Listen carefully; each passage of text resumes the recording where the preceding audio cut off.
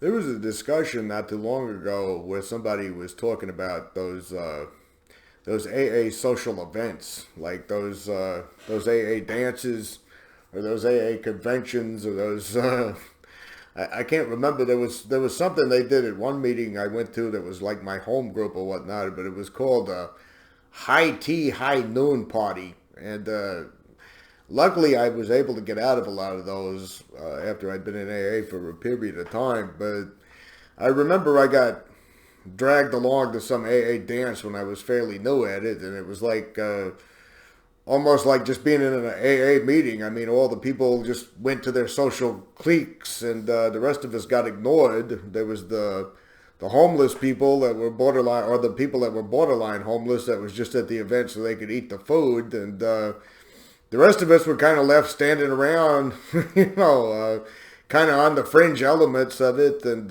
hanging out outside and smoking cigarettes. I mean, all of those were always very, very exceedingly depressing to me. In fact, I don't think there's a single AA social event I didn't get dragged off to or get my arm twisted in order to go to it that I didn't head straight for a liquor store right after it. In fact, when I had lost my ability to drive at one point, I remember there was a liquor store that was located like 3 blocks away from where this AA event was going on, and I just walked over there to it. I got me a couple of pints of vodka, But it got me to thinking about, oddly enough, something that's sort of kind of tied into this, but it was there was a guy when I was fairly new in the deal. He was like me. He had the label stuck on him of being a chronic relapser. In fact, he had told me one time that he had just given up picking up all the white chips because there was really no purpose in constantly picking up when he said, I know, that I'm going to probably drink tonight anyway, so what would be the use of it? But of course, when you're in that section, I don't, that category is a better word for it. When you're in that category of chronic relapser, like I was, you're a social pariah in the cult itself. Like, nobody's going to talk to you after a meeting unless they're going to preach to you. Nobody's going to associate with you. Nobody, it's like, I one time compared it to being a leper in the medieval times. You might as well ring a fucking bell when you're walking around so everybody knows to move over. But he and I got to talking after a meeting one time, and at first it was just the relatable stuff. Like I said, I used to love to go in gas station bathrooms because they always had a garbage can. I could drink me a half pint really quickly and throw it in the garbage can. He said, then you'd pull the paper towels out and then put them on top of the bar. I said, yeah, of course. You don't want the next person who comes in the public bathroom behind you to think that, you've been in there drinking. or like, I'd go in a public bathroom and they'd have the blow dryer versus the paper towels, and I'd just kind of throw it in the garbage can real quickly, and I'd look like, do it that way in a bathroom with walls. So there's nobody seeing me, and I'd kind of dash out real quickly. There was a couple of other things he had talked about, that it was just pretty much, at first, it was just this conversation about little antics you do to get away with drinking, bottles in your pockets, hiding places in the house. There was a big dresser drawer set in my old apartment when I was living at one time, and I remember it was off in a corner in a closet, and I would always slide bottles underneath there. That's one reason why I didn't buy half gallons and stuff like that, because you get the pint bottles, they're flat, and I could stick them underneath there, and I thought nobody would ever bother to look underneath there, But the conversation kind of shifted because he had said something about he had passed out one time at his mother's place, and he said, I woke up and her cockatoo was making this hissing noise at me, kind of thing, like that, like those birds do. And I said, a cockatoo bird? You're talking about like the one Beretta owned? And he said, I didn't think you were old enough to remember the TV series Beretta. And I said, well, we got reruns, and from there, I can't remember the entire conversation verbatim, obviously, but from there it just started jumping to different things. I somewhere along the way we got to talking about old television. I said, I don't remember the name of the series, but the guy He finds like a Superman outfit, but the instructions are missing. He's always crashing in the walls and stuff like that. And he kind of snapped his finger and said, "Yeah, great American hero. I even hear that fucking theme song in my head when you said that." And it jumped again, and somewhere along the way I was talking about, do you remember when the adults, because he wasn't that much older than me, I said, do you remember when the adults would actually argue with one another over what the better show was? Was it Dynasty or was it Dallas? He said, and you could say who shot JR to anybody on the fucking street and they knew what you were talking about. He said, my dad never even watched the show, but he said one time he was on the phone with somebody and they put him on hold, and when they got back on the line, he said, well, the whole time I've been here, I've just been sitting here trying to figure out who shot JR. It jumped again, and I was talking about the old car phones, the very first car phones. It looked like a house phone that was in your car. You had a little squiggly antenna on the back of the TV, on the back of the car, and it was like a car phone. You couldn't call nobody but houses or another car phone, and he said, yeah, a good friend of mine actually had a toy version of that. It was a toy squiggly antenna thing, and he taped it on the back of his parents' car to make everybody think that they had a car phone. And it went on, a little bit like that. I remember I was telling him about, I can't remember it all verbatim, obviously, but I said something about cigarette commercials in old paperback books. He said, and I was probably too young to remember that. I said, yeah, but I used to take change, and I would actually shop at these little 5-a-dime stores when I was a kid, and I would get these paperback books. And he said, and they either had green or red pages. I said, because they were made out of shitty material, but the cigarette ads were in the middle of those. But it was basically a meaningless conversation. Let's just make it talking about the past, talking about old TV shows, talking about, a whole lot of things from a bygone era. At one point I said, do you remember when you had when you had to have somebody call you after a certain time of day because the long distance rates were lower at that time of night? And he said when the phone company would run these specials on holidays where you could call after, and on it went. But at the end of the conversation, when we were about to part ways for the evening, he looked over at me and he said, the funny thing about this. He said, I'm probably going to drink again tonight. I may not get drunk. I'm in a better frame of mind. But he said, this is the kind of thing that I've been really seriously missing. I said, what do you mean by that? And he was like, well, just somebody to talk to about nothing. To talk about, everything from Beretta to Dynasty and Dallas to, to old TV guides that came in the newspaper that had the coupons to, he said, I just miss being able to have a conversation with somebody once in a while. How come you can't just do that with people in this deal? They say we're supposed to come here looking for a sense of community or something like that. And he said, all I ever do is I get preached to about my drinking. When I try to talk to my family members, all they do is remind me of all my failures that I made as a drunk. And it hit me at the time that he said that I too, because I was still fairly new in AA at the time, but it hit me that I too was kind of missing that kind of camaraderie. It was not really, some really deep camaraderie type thing like going into a war together or something like that, but I miss being able to talk about, I miss being able to just talk about nonsense. To just talk about silly trivialities, to waste time with somebody else, just having a conversation that didn't involve alcohol and drugs and not drinking and steps and selfishness and self-centeredness and the big book says and the sponsor says.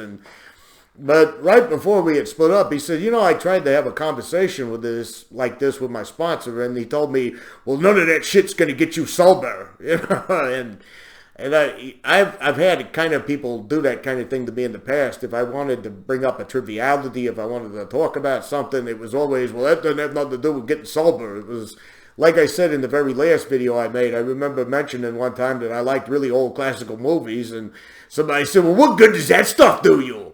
It never occurred to me to flip the script on them with that and say, well, what good is what you're doing for anybody?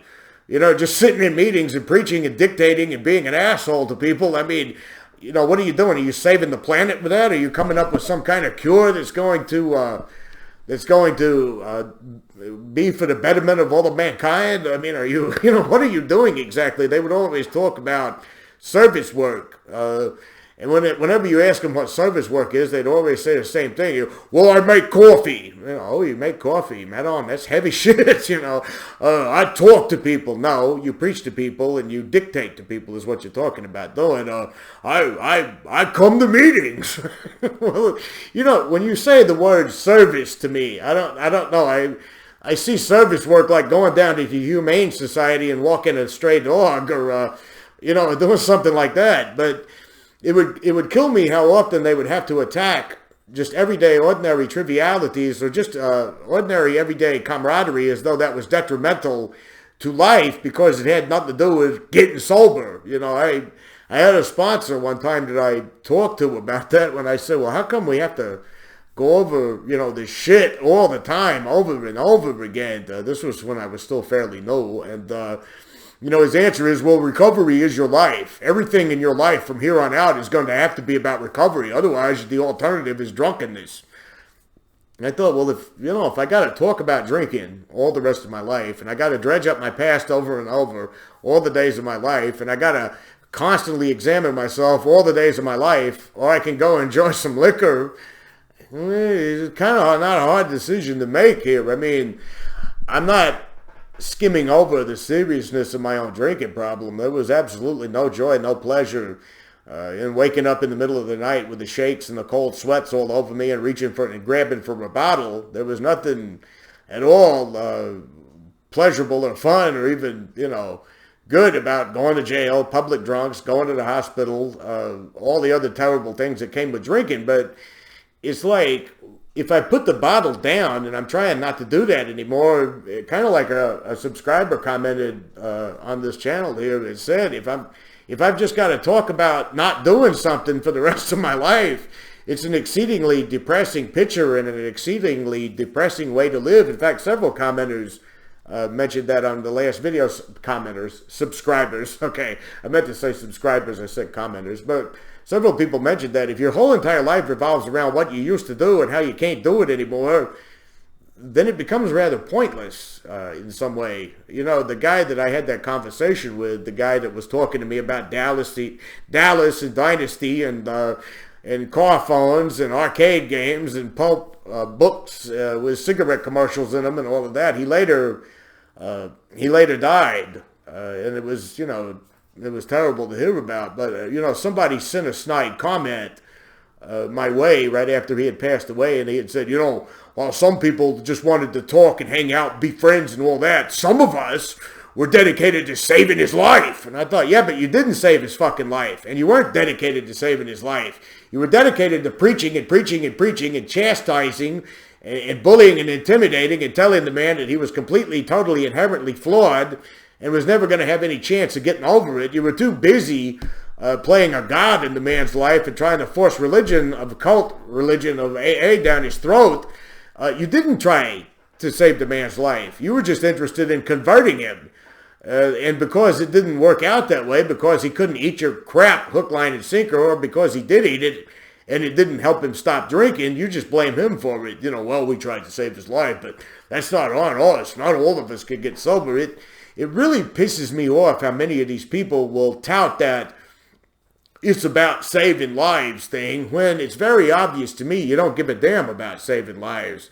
You don't give a damn about saving lives if you're going to sit in a meeting and say some people have to die so that other people can live. You don't tell me that you care about other people's lives when you take the death of someone who died from a drug overdose, died from a suicide or whatever, and you use it to climb up on your soapbox and do a lot of preaching and do a lot of haughty, angry, scolding towards the entire group. I've seen that happen before. They'll say, this guy committed suicide last night, and that's what happens when you don't take this seriously. If you want to drink, just get up and drink and go right now. Just die out there. You don't give a flying fuck about people's lives. You don't give a flying fuck about helping nobody. You give a flying fuck about feeding your own ego and ramming it down everybody's throat and patting yourself on the back and saying it's a wonderful thing. Maybe, just maybe, if the guy had more people to talk to about trivialities, if he'd had somebody that he could just call on the phone on a Saturday afternoon when he was feeling like going to a liquor store and having somebody to just talk to about absolutely nothing, maybe he might still be around. It occurred to me that when I went into AA, I was kind of looking for what he told me. I'm kind of missing this. I'm kind of missing the idea of being able to sit around and have a useless conversation with someone. I'm missing kind of just having a friend, that I think that's what really rooked me into AA to begin with, because when you first get there, when you're a new person, they love bomb you. But after a period of time, you see the love bombing comes with all kinds of conditions. It comes with you being able to parrot the lines. It comes from you to be able to read from the script. It comes from you to be able to become one of them. In other words, you have to conform, as they say in their own literature. It's not about camaraderie. It's not about a connection. It's not about finding friends. It's not about doing any of those things like finding meaningful human connections and meaningful friendships. It's about ramming cult religion down your throat. I never did get to know his last name. His name was Gary. And, like I said, at the time I was branded a chronic relapser, and at the time I was getting the same cold shoulder he was getting, and the only thing I was getting by all those people was being preached to, being talked down to, being scolded, and being scorned by the majority of the in crowd. There was occasionally this really sickening thing that I would see with some of these AA people. They would walk up to me and they'd get this real serious look on their face. They're like, well, how are you doing? And it's like, you're not interested in how the fuck I'm doing. You're interested in me telling you I'm drinking myself to death over here so you can puff up even more like some peacock and talk about, well, that is what happens to those who don't get honest. That is what happens to those who don't humble themselves. You don't give a shit about anybody. You give a shit about preening for yourself and being a celebrity. But it just occurred to me that a lot of the times, I read an article one time, I don't remember the exact wording of it, but it said the opposite of addiction was connection. Well, there was too many AA people commenting, and they were all saying the same thing. Well, that's what the fellowship is. That's what the fellowship's all about. AA's been saying that for years before these scientists. We know way more than the scientists. Yeah, but you're not about finding deep, meaningful connections with people. You're not trying to accept people as they really are on a human level. You're not even trying to care about what their situation might be, what their issues are, what their concerns are. You're just interested in recruiting more people that will blabber cult dogma. Anyway, this 17 minutes, 34 seconds. At this point, I'd just be repeating myself over and over again. But keep the comments coming, because they do give me ideas on these videos. And it's like somebody else said, I'd rather be drunk than have to go through what they were talking about. But let me know in the comments if you've ever had that kind of thing happen, where you try to just talk to somebody about regular good old life in general, which is not always that good, to be honest. But you just try to talk about some meaningless trivialities just for a little bit of a human connection, and you get preached at, shut down, and scolded like a little kid who broke the rules for staying up late and watching cable TV or some shit. Anyway, until next time.